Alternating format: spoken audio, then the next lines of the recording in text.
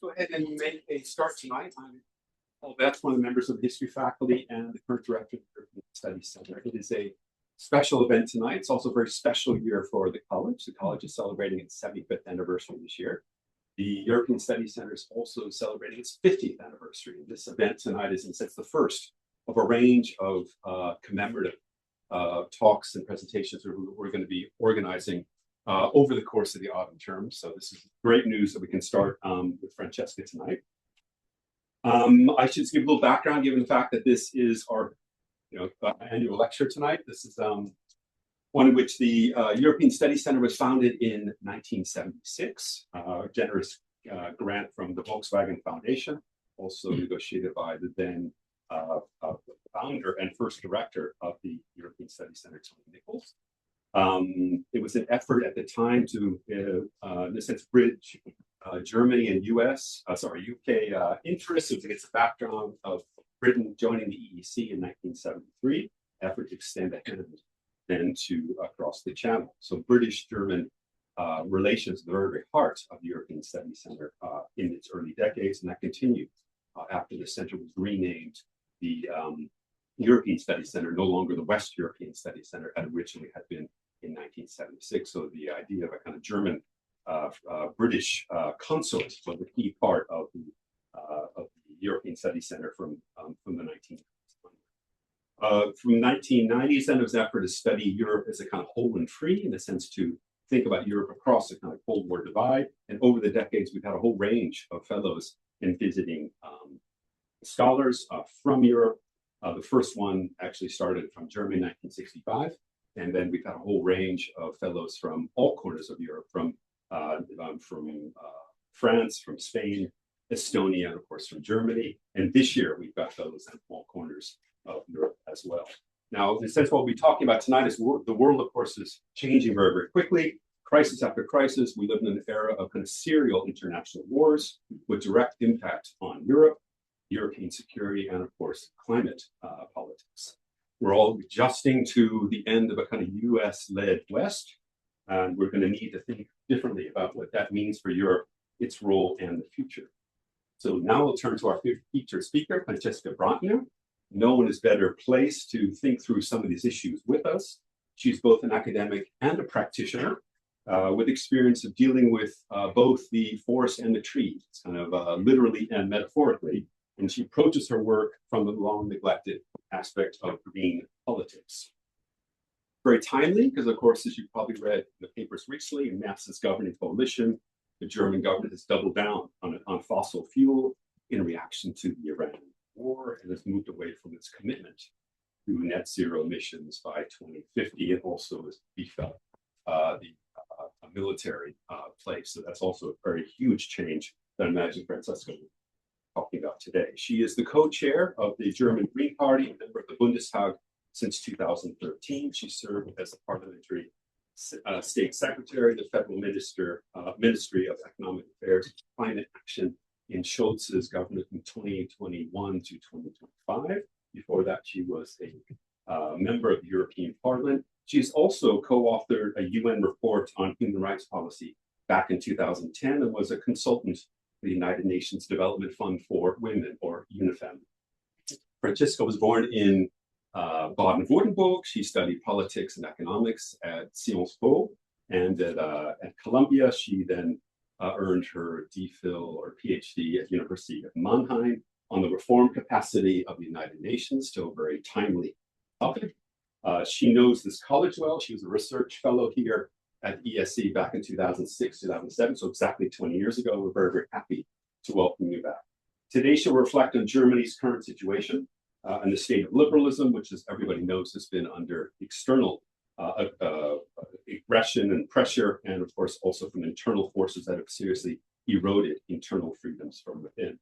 So today, she'll discuss the relationship between German liberalism and sustainability, and perhaps even the sustainability of liberalism itself. So with that, I'm very happy to discuss this year's annual.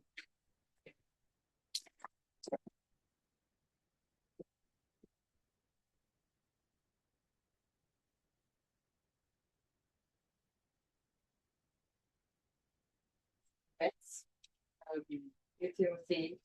Dear everybody, I still remember, and I'm very proud and honored to be here today. And it's for me sort of coming home. Before coming here, I walked from Great Clarendon Street where I used to live, and I had to realize that Freud had closed down. What a pity! It used to be my favorite bar. But Jericho Cafe has still open, where I used to spend my afternoons having coffee or sometimes a breakfast. And so for me, it's really coming back home. It's a place which I have been benefited from tremendously. And after I may say I've learned here what it meant to think about Europe seriously, because you said I was at Sciences Po, where I learned Europe as an institutional architecture and as a body of law. But here I learned Europe as a civilization with a history that demanded patience and contradictions that demanded honesty and a future that demanded imagination. And I'm very grateful and has been shaping me as a person that I was able to learn Europe from the side with a rich intellectual environment. As you said, the European Studies Center is now half a century old. And in those 50 years, I think it has done something rare in public life. It has insisted against all the gravitational pull of fashion and crisis that Europe is a subject worth thinking about comprehensively. And let us maybe say, think about slowly. The list of those who have stood here before me, and I saw it was Patton, Schäuble, Joschka Fischer, who I called before, and he was like, oh, yes, go ahead, is not one that encourages levity in an opening line. So let me begin with a sentence that I probably would not have said 10 years ago, and I might have been still embarrassed to say it 5 years ago. Europe is alone. Not completely, not irrevocably, but more alone than at any moment, I think, since 1945. And when you think in the way that the architects of the post-war order, De Gaulle, Schumann, Adenauer, Spinelli, Churchill, Monet, they, I think, would find it astonishing. We are, for the first time in 3 generations, a continent that must now really seriously contemplate the defense of its own territory, the security of its own neighborhood, and the credibility of its own deterrent, without the assumption that the cavalry is coming from somewhere else. And I want to argue 4 things. First, that for the longest time, the question of European strategic autonomy has been a French obsession, a German embarrassment, a British irritation, and that today, nolens volens, it has become a European necessity. Not necessarily because the argument has been won, but because today's alternatives are unacceptable. Second, that we are responding with unprecedented sums of money, new institutions, a tempo of decision-making that would have been unimaginable a couple of years ago, but that money and acronyms are not a strategy. Third, and I think that is for me the most important, that the answer must be genuinely European, with a particular question at its heart, the question of Germany. The growth of German military power is one of the most consequential developments in Europe since there are many others, but I think it's quite consequential since the fall of the Iron Curtain. And whether it will be a blessing or a problem depends almost entirely on whether it is indeed, and not just in word, embedded in Europe. And I will argue that Germany needs a new guiding principle for this new era. And finally, my 4th point, that European loneliness in this new era is not only military, it is also inherently custodial.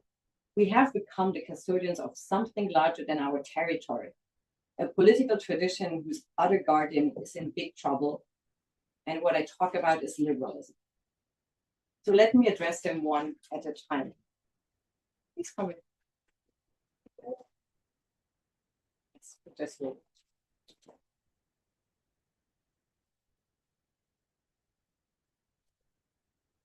So here in Oxford, as I've learned from Timothy, from many, we are not just permitted, we are encouraged to begin with history. So allow me a brief detour. The phrase European strategic autonomy, and I checked that again, entered the EU's official lexicon only in 2013. In the Council conclusions of December, Council conclusion on defense. And if you read it, it was really carefully designed not to be perceived as threatening. It referred to the EU's industrial base, its capacity to make its own helicopters and frigates, and was greeted in Berlin, in London, and Washington with an indulgent smile, reserved for things the French say. The smile first faded slowly, then quickly. It faded slowly across the 2010s as one assumption after another came under strain.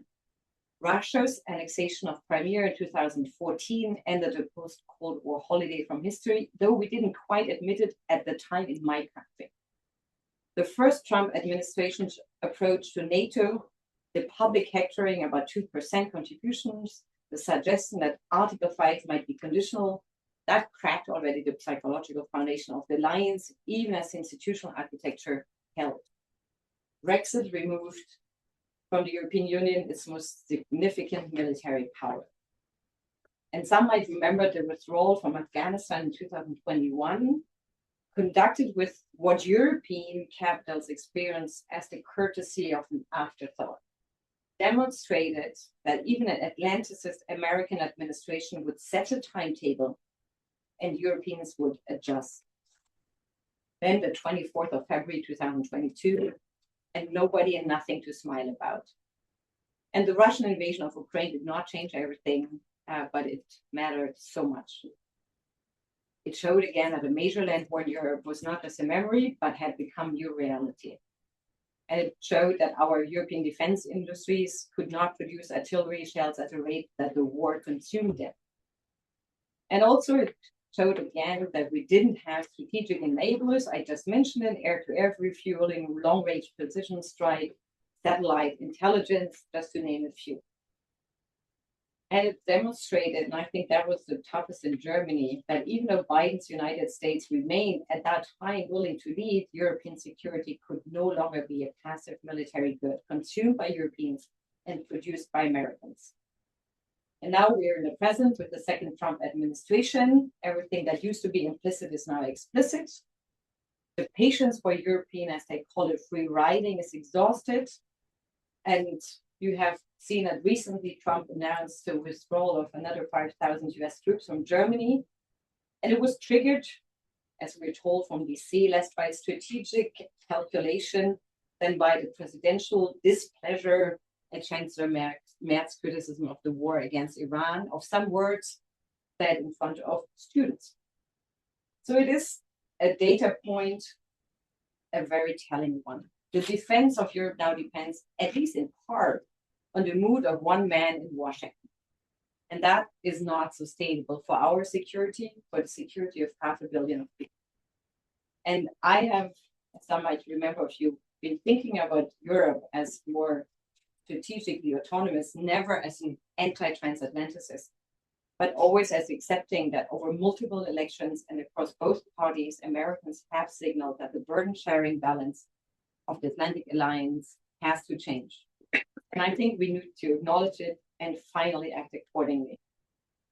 You have seen since March 2025, the Commission has produced papers, the White Paper on European Defense. It has proposed mobilizing up to 800 billion in defense spending across the Union over the coming years. Let's see it materialize. More importantly, 17 countries have now activated the National Escape Clause of the Stability and Growth Pact, allowing them to increase defense spending without breaching fiscal rules. And we in Germany, we have changed the constitution dramatically so that defense spending above 1% of GDP can de facto be financed by unlimited debt. And that, in Germany, unlimited debt used to be something unthinkable about. So these decisions are not just for show. They're the largest commitments to collective European defense in the last decades.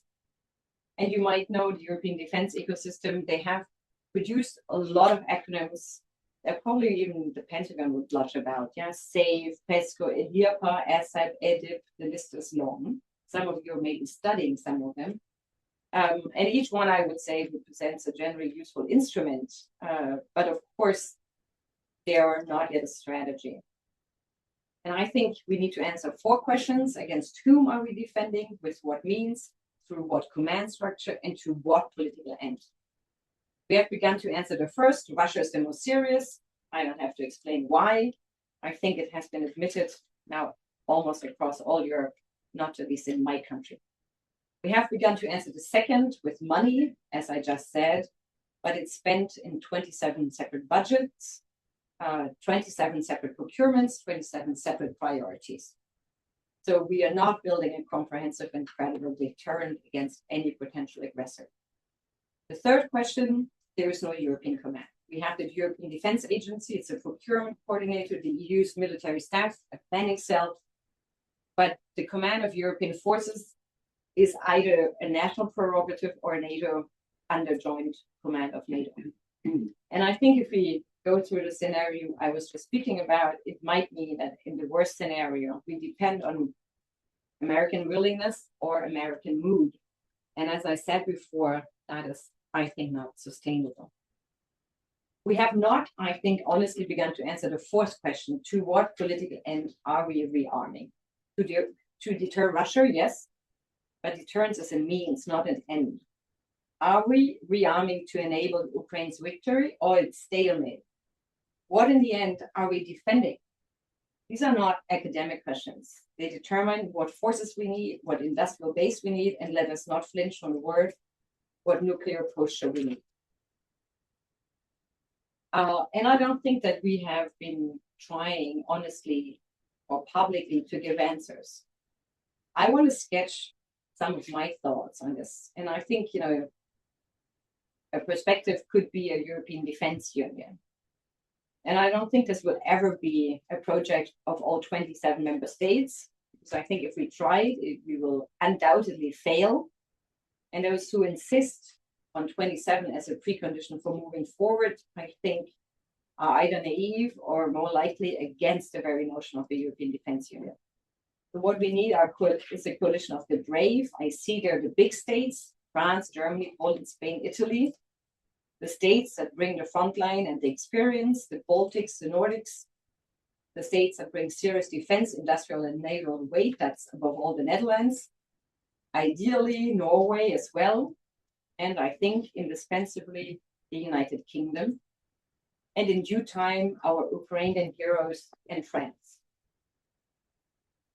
And concretely, I think it should have 4 pillars.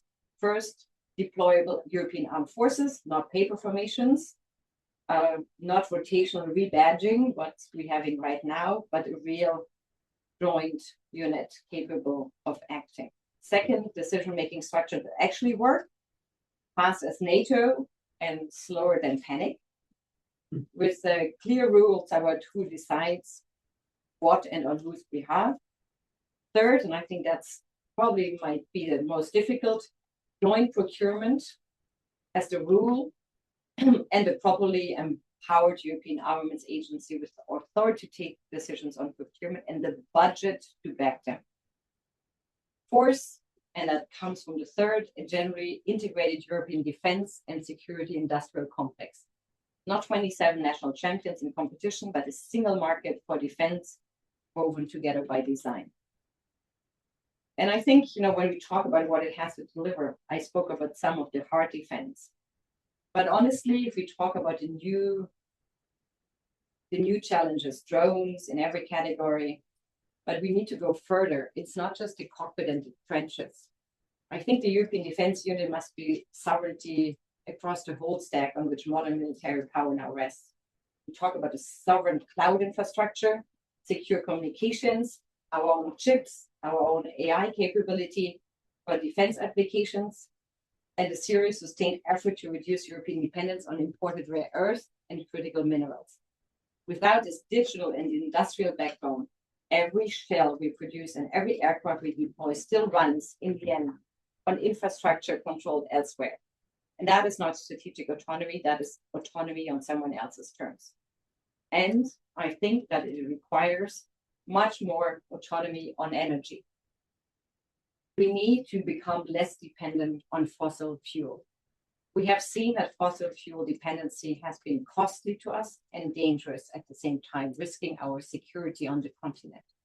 And we need to invest in those technologies that bring us away from that fossil dependence, which has been so harmful to our societies. And the technologies do exist. We can use them, we should use them, and double down on them, not doubling down on fossil fuel. And this is not a fantasy. I think it's the minimum architecture compatible with the loneliness I described at the start. I think that with it, and only with it, we begin to have a plausible answer to our security. And before I go further, and I think it's important for me as a Green to say this, I know and I'm very much aware that peace is more than tanks and rifles, energy and clouds. It's more than drones and chips. And I think that Europe's vocation will remain not just to deter, but at its best to force for peace through diplomacy, development, the patient construction of institutions in which conflicts can be managed before they have to be fought. This is what Europe is about, and we have to insist that we build, not just in Europe, but help to support institutions in which conflicts can be managed before they have to be fought. And that's here now where I want to turn to the German question. As a German, Timothy, you have been writing in the Guardian not too late, I don't know, 2 weeks ago, on the eve of the end of the war in Europe. And I think you put out a correct fact and you posed a question. I want to answer that question. You said the fact is that Germany will again be the leading European military power. Already next year, German defense spending will be as much as that of France and Britain combined. By 2030, it will be significantly larger. The German government's goal, and I really want to say what it is to have the strongest conventional army on the continent. That's the articulated goal. Let me repeat that, the strongest conventional army on the continent. And barring unforeseen developments, this will happen. Here comes your question. How do we, and by we, I mean my own countrymen and women, and through us probably the whole of Europe, ensure that this time the growth of German military power is a positive development for all of Europe? And I choose those two words carefully this time. Then let me be blunt. I was born on the border of Germany and France. My hometown was 3 times German, 3 times French. They changed nationality regularly. And their dialect allowed them to communicate Alemannisch, Elsässisch. Same, you understand each other. If you go to German and French, no way.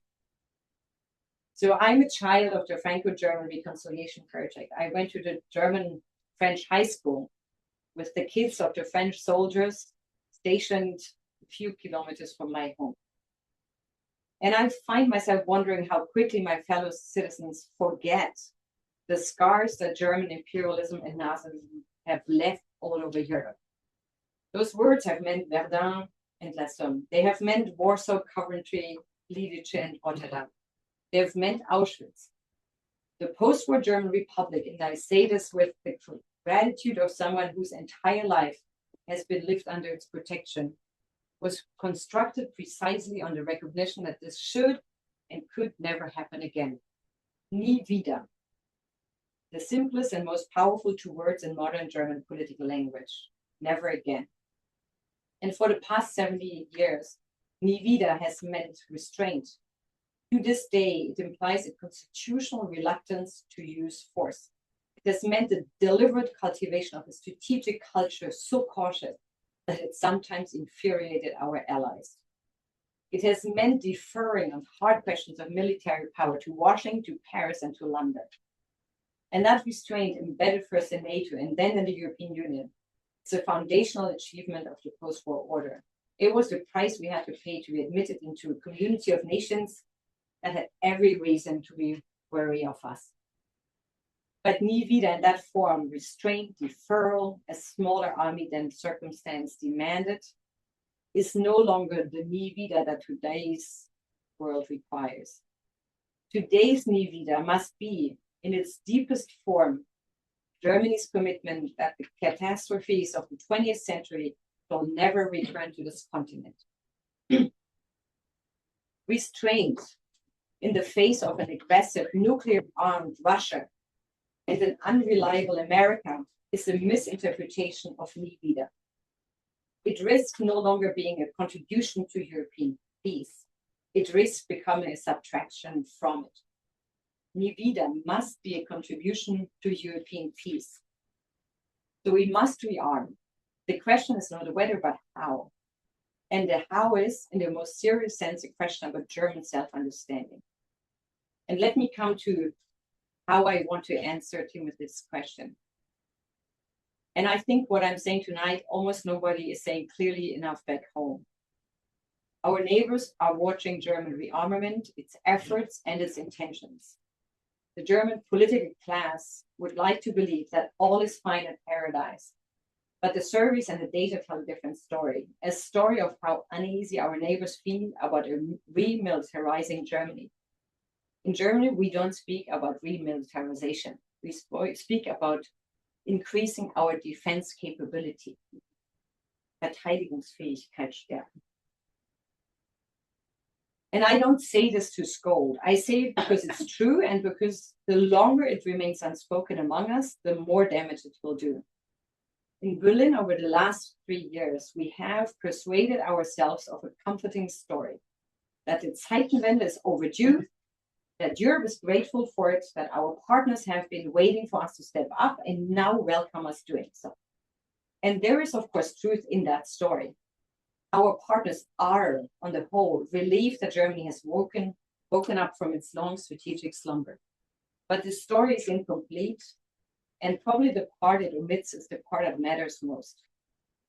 Beneath the relief, the same partners who welcome a stronger Bundeswehr also feel something they are too polite to say loudly. A quiet, persistent, historically rooted unease at the prospect of a continent in which a dominant military power by a considerable margin is once again Germany. They do not say it out loudly because they are friends. The European Union has been built on the patient suppression of exactly these anxieties. And also because, of course, they recognize that the immediate threat is from Moscow, not from Berlin. But the unease is there. It is real, it's not paranoia, and it grows stronger, not weaker, as the American president weakens his commitment to NATO and to European security. Lord Ismay, NATO's first Secretary General, and you know all the famous words he said, that the alliance was there to keep the Russians out, the Americans in, and Germans down. It was a glib formulation, and it has been quoted ever since. But it is important to understand the last part, to keep Germans down. And it's what made German power when it returned, embedded in NATO structures and allowed it not to be threatening them to our partners. And as Americans recede, the question their presence held in suspension comes back into view. I get these questions from our neighbors. We Germans must see it and feel these questions. You wrote about the Polish rights reaction to German rearmament and American withdrawal. You characterized it with a classical understatement as hysterical. But it's not merely an irrationality to be educated away by German politicians. It is the collective memory speaking, and the same memory speaks in Prague, in Paris, and The Hague, in Athens, in Brussels. And it speaks maybe in a more muted form from among our British friends, and even from Americans of a certain generation. And we Germans need to hear it. We need to hear it not because our neighbors are wrong, but because they are historically right. There has never in modern history of this continent been a Germany at its center that was once peaceful and militarily dominant at the same time. That's our historical record. And we cannot get away by pointing to the achievements of the Federal Republic. We have to earn the trust of an audience that has every reason not to trust us. And I think that is the part of the German conversation that has gone missing since 2025.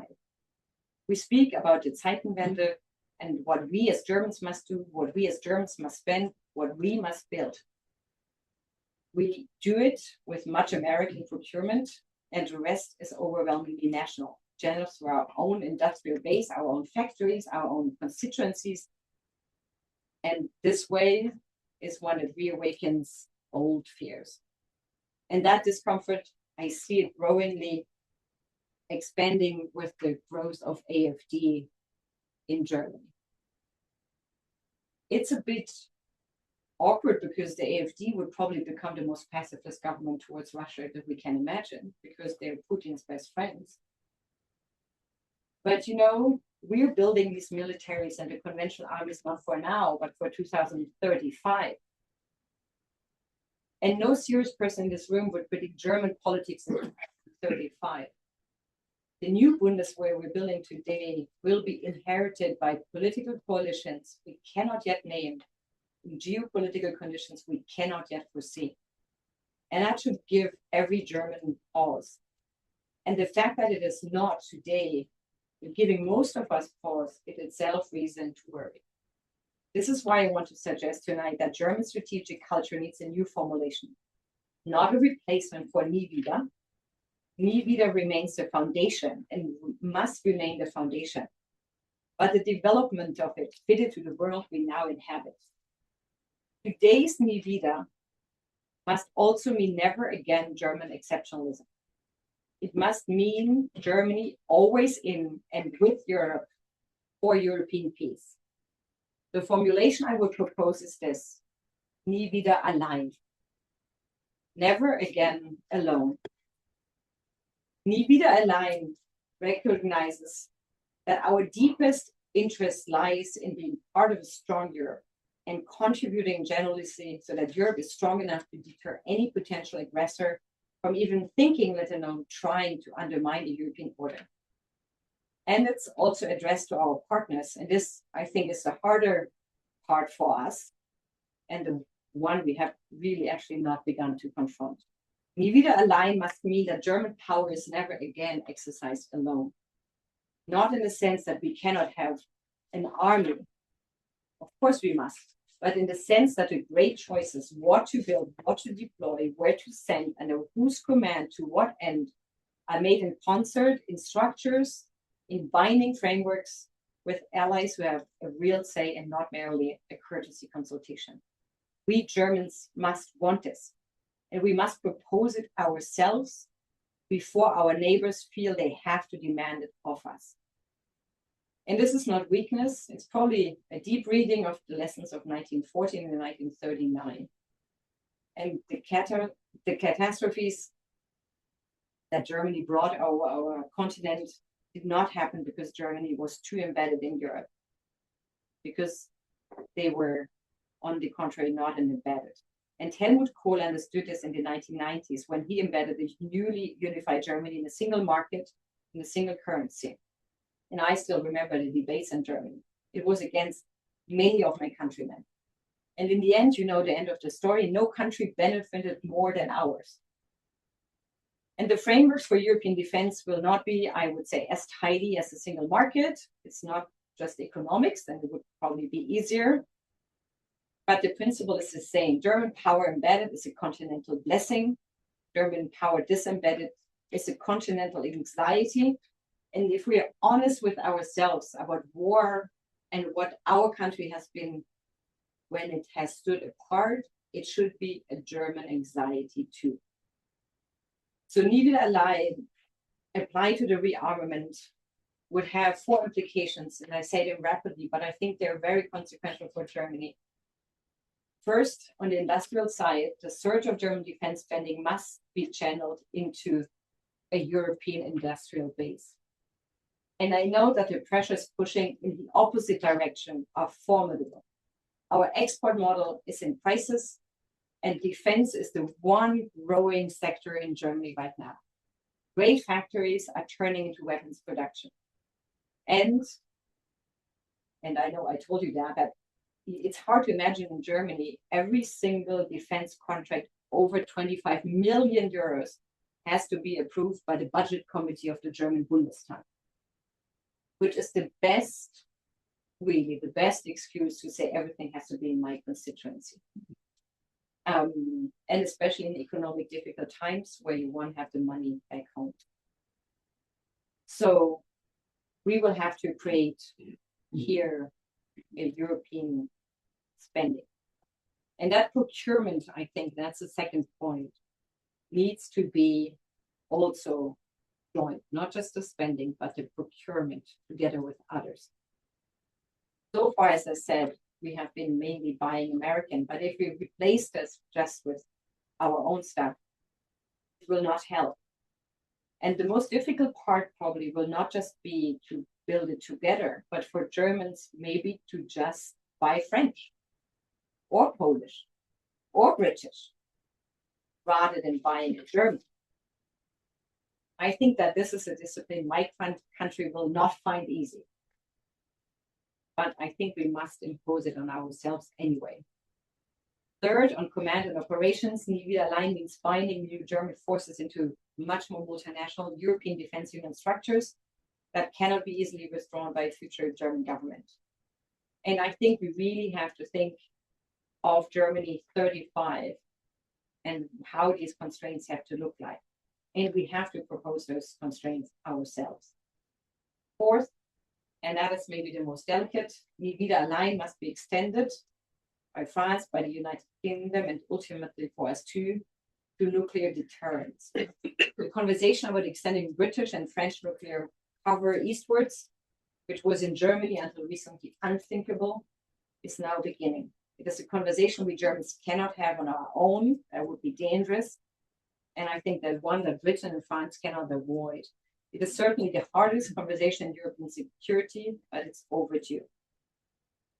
So I think that without the ability to understand how our neighbors see us, with affection, but also with memory, the rearmament we are now undertaking risks becoming the most expensive and dangerous misunderstanding in our recent history. We can do better than that, and we have done better than that before. And allow me a word here addressed to the country I'm speaking in, to the UK, and I'm speaking as a friend and not as a recruiter. Britain is not in the EU. The arguments have been exchanged, probably quite enough among yourselves here, so I don't have to repeat them. But we are anyhow going to work closely with you. And I think that we have to be honest that European defense will never work without Britain at its center. One of our continents to nuclear deterrence, as I just said, is British. You have a really great military base, industrial base. I talk about BAE, Rolls-Royce, the yards at Barrow. We cannot do our own defense without the British. But I also think, and that's important for me, that I don't speak just about the material foundation that matters. I really think that the British strategic tradition, the instincts that come from a long history of taking the security of this continent seriously, is needed for Europe. And we have seen that these instincts have been clearly been working in the British response to Putin's attack on Ukraine. And they are really the instincts that the rest of us need. So the message I want to leave to this audience is a simple one. We need you. We're not asking to choose between sovereignty and solidarity, but we're proposing to bring the first into service of the second. I fundamentally believe that the European Defence Union will be built with Britain, or it will fail without Britain. I called this lecture The Lonelier Continent, and I said I didn't mean it to be, Europe about decline, irrelevance, or bitter consolidations about nostalgia. I think we have heard enough of them. I mean it as the absence of a guarantor and the recognition that we're responsible for ourselves. I've spoken about it. But I think I want to speak broader about the meaning of that loneliness, because it's not only military. It is also, and I think much more profoundly, custodial. Let me explain what I mean. I've spoken about military capabilities, about energy, about rare earth. These are important questions and they're urgent. And they are all about how do we defend our freedom. But they do not, and they're not in the deepest sense, the right question. I think the deepest question is, why are we defending freedom and peace? Why are we defending our democracy? And that question in this room, in this college, with its vocation to think about Europe slowly, deserves its moment that I want to give it. Maybe you have also read the new book by Helena Rosenblatt called The Lost History of Liberalism. Her argument is that the political tradition we now call liberalism was not in its origins the Anglo-American doctrine of individual rights and free markets that we have come to associate it with. It was, for most of its existence, a tradition, French, German, Swiss, Italian, preoccupied with civic virtue, with duties to the community, with the moral and educational formation of citizens capable of self-government. The word liberal itself, in its modern political sense, was only coined in the early 19th century in Madrid, Paris, Berlin. And the liberalism of Constant, of Tocqueville, of Guizot, of the German Rechtsstaat tradition was not principally about getting government off the citizens' back. It was also about making citizens fit to bear the freedom they had won. Hannah Arendt, who has been in this tradition intimately and from the inside, and who's of course an important figure in Germany, made the same point in a different way. Freedom for Arendt is not a property of the isolated individual. It is not the absence of interference. It is not even primarily an interior condition of the will. Freedom appears, she argued, only in the space between people, in plurality in the public realm, in what she called acting in concert. To be free is not to be left alone. It is to act with others in public on matters that concern us all. Frei sein, being free, is a practice, not a possession. It exists only as long as the performance lasts. Both Rosenblatt and Arendt are recovering something we have half forgotten, that freedom is a civic achievement, not a private endowment, that it requires institutions, habits, virtues, and above all, a community of citizens willing to maintain it. That the lone individual, sovereign of his own choices but indifferent to the public realm, is not embodiment of freedom, but its solvent. Why does this matter to a lecture here today on European security? It matters because the political tradition that European strategic autonomy is, in the last analysis, for why do we do it? It's the tradition we are now spending billions on it. Why? It is precisely this older, fuller, and I find it the civic conception of freedom.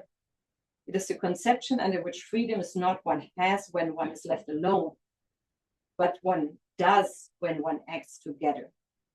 It is the conception that built the European Union, that pooled sovereignty between states is not a diminution of freedom, but its enlargement, because freedom only exists in the space between us. This understanding of freedom is now under severe pressure in other great democratic civilizations that until recently we assumed to share it with. The United States is in the midst of a confrontation with its own illiberal conundrum, the outcome of which no one can predict. And American friends I respect are openly asking whether the liberal tradition has the capacity to reinvent itself. They're turning significantly to European thinkers to find the triggers to thoughts that have been forgotten. Tocqueville, Arendt, the civic continental virtue-laden liberalism that we Europeans rather sheepishly have half remember as our own. And this is the deeper meaning of European loneliness. We are alone not only in the sense that we must now defend our territory ourselves. We are alone in the sense that we have become, maybe somehow to our own surprise, custodians of a political tradition whose other heartland is in trouble. The lonelier continent is also, for the moment, the lonelier liberalism. And I should pause here because the phrase lonelier continent can be misheard, and I don't want it to be. I do not mean that Europe stands alone in the world as the only defender of freedom. That would be both arrogant and wrong. Indians, Brazilians, South Koreans, and many more are defending their democracies under acute pressure. Democrats from South Africa, Taiwan, Senegal, Costa Rica, they're fighting their own battles for civic freedom, many of them harder and at greater personal cost than most Europeans have ever been asked to bear. So our loneliness is the loneliness of an old custodian discovering that the structure they relied on has weakened, not the loneliness of being the last one left. Which means that a strong Europe is not the end of the project. It is the platform from which the next project begins. Building coalitions around the world with everyone who shares a stake in the civic conception of freedom, which I have tried to describe. A continent that has rebuilt its own defense, recovered its own confidence, and remembered its own intellectual tradition is a continent that has something to offer for such coalitions and an obligation to seek them out. The post-American world is not a world in which Europe replaces America as a single guarantor. It is a world in which guarantee itself has to become plural, built between many democracies, each with its own history, its own scars, and its own contribution to make. And I think this places upon us a responsibility we're not yet, at least in Germany, mentally prepared for. It is not enough to rearm. It is not enough to embed German power in European structures. It is not enough to extend French and British nuclear deterrence eastwards. We must also, and this is much harder and more burdensome, and in the end, you cannot buy it with so much money. We actually have to live the conception of freedom we are defending.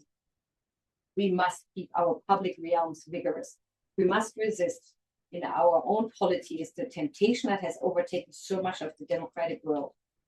The temptation to imagine freedom as a private possession that politics can only threaten rather than a public practice that only politics makes possible.